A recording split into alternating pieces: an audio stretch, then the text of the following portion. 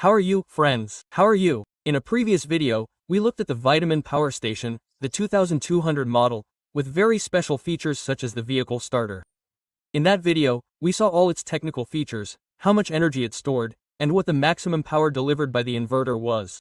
We did several photovoltaic charging tests, but there were two functions left to see. One is as a vehicle starter, that is, how the clamps connect to the battery and how we can use it when our car runs out of battery and which vehicles we can use it for. And another additional function is to expand the capacity of the Vtoman station. How can we expand it? Well, with additional modules, which are batteries that connect to the main module. And that's what we're going to see in this video. Let's get started. Lithium iron phosphate batteries, and they are very safe, okay? Safer than the lithium polymer batteries we had before for use by the user. Okay, let's see what this station incorporates, as always very well packaged. A sheet of stickers that is always complimentary, and one thing I really like about Vtoman is that it always includes a small suitcase, in this case made of fabric, with the cables and accessories. In this case, the battery connection cable inside. So, there we have this small suitcase that we will now see what it has. And underneath we have the additional battery. Let's take it out on the table and see how it is used with the station. I will show you what we had inside the package. We have the extra battery that weighs about 15 kilograms, approximately the same as the station. Stores the same amount of energy, 1548 Wh, which between the two we have about 3.1 kilowatt-hours of energy storage. Okay? Well, in the fabric case that we saw earlier we have the Vtoman warranty card with some tips. Then we have the instruction manual that is very easy to use, and finally the connection cable, as you can see here, perfectly organized. You can see that this connection cable has F5 connectors, okay? I didn't say that before. There are two connectors, as you can see, male with a central pin. You can see it there in both cases. And since they are both male connectors and they are the same, you won't have any difficulty when connecting them. Now we are going to see it with the station, okay? But it is very simple. The cable length is approximately 1 meter, okay? For the connection cable, and it is quite light and flexible. It is like a network where the cables run inside. A thick cable because it is going to have to transport quite a lot of current intensity. You already know that the station supports devices with a nominal power of up to 2200 W, okay? What about the battery? Well, look, it's a very simple battery, with no additional complex functions or connectors. It only has the connector to connect it to the Vtoman station. And look, the ventilation grill. Model. On the back, we have the same features as always, which is what I described to you before, and there's nothing else. So here we have a charge indicator with LED lights that shows us the charge level in increments of 25%, 25, 50, 75 and 100. And here we have the battery connection port. Okay, the question is, can we charge the battery independently of the station? No, we have to charge it with the station, okay? It doesn't have any external connector to charge it. We have to always use it, both for charging and discharging, connected to the station.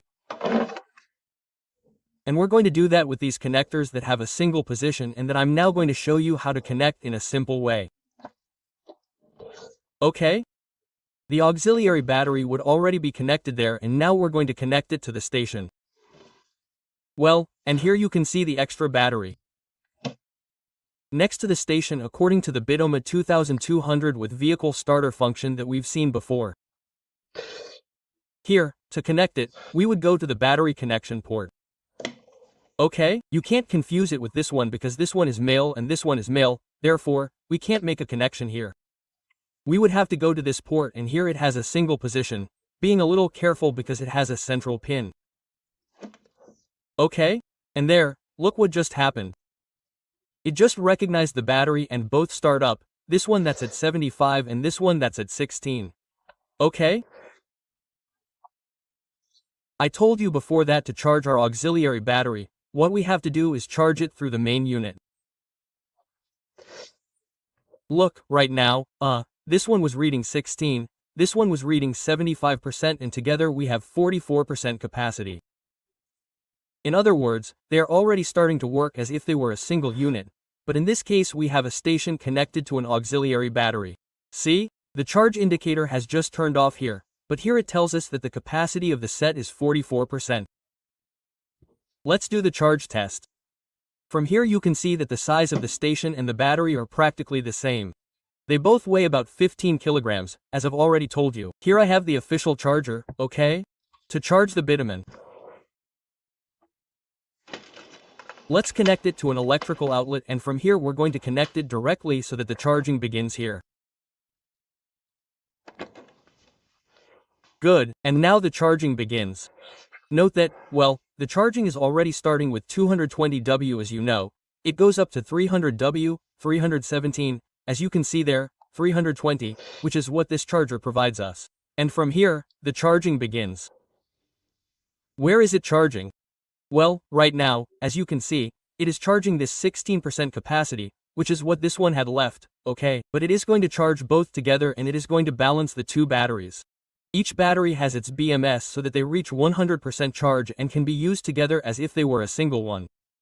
Both batteries are charging, okay? Starting from the main unit, which would be this one, the one that manages the charging and discharging.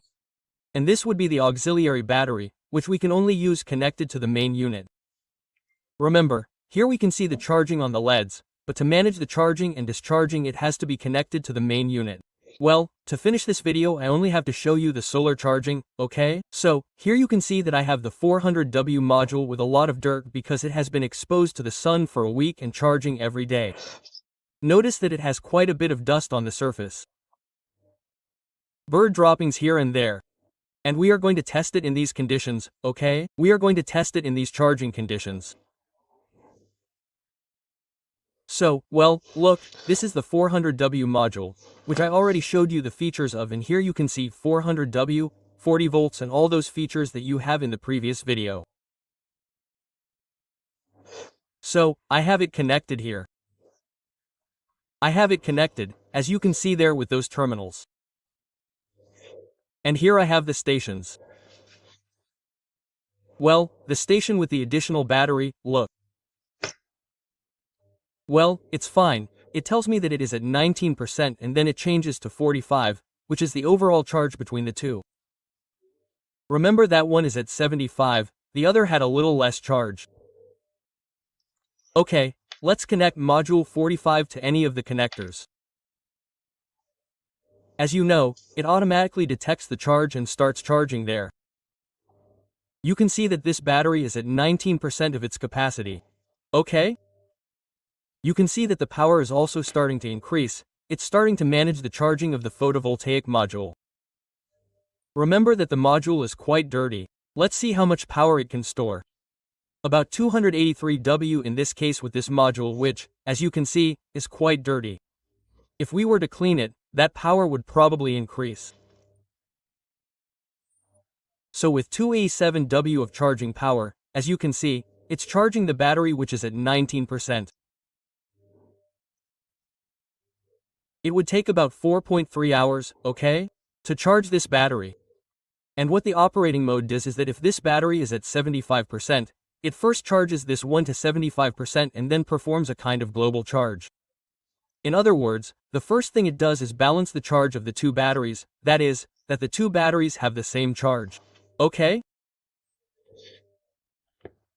Okay, so here you can see that it takes 4.3 hours to charge one unit, and between the two it would take about 8 hours, in this case with 286 W that you're seeing here, okay?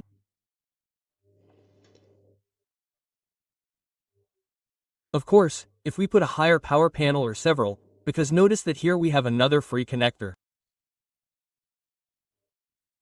If we put another module there, the charge would be faster, but keep in mind that we are already storing about 3 kilowatts of energy, and in that case, of course, it takes quite a while to charge, okay? One unit alone about 4 hours, both 8 hours. Well, friends, and with this we have seen how we can start a car with the emergency start function, okay? That we had there with some clamps, and also how we can expand the capacity of the main unit with additional batteries like this module that you're seeing here, which is practically the same in size and weight as the main unit. Well, and with that I say goodbye. If you have any questions, leave them in the comments. As always, I hope you enjoyed it, found it interesting and see you in the next video. Greetings.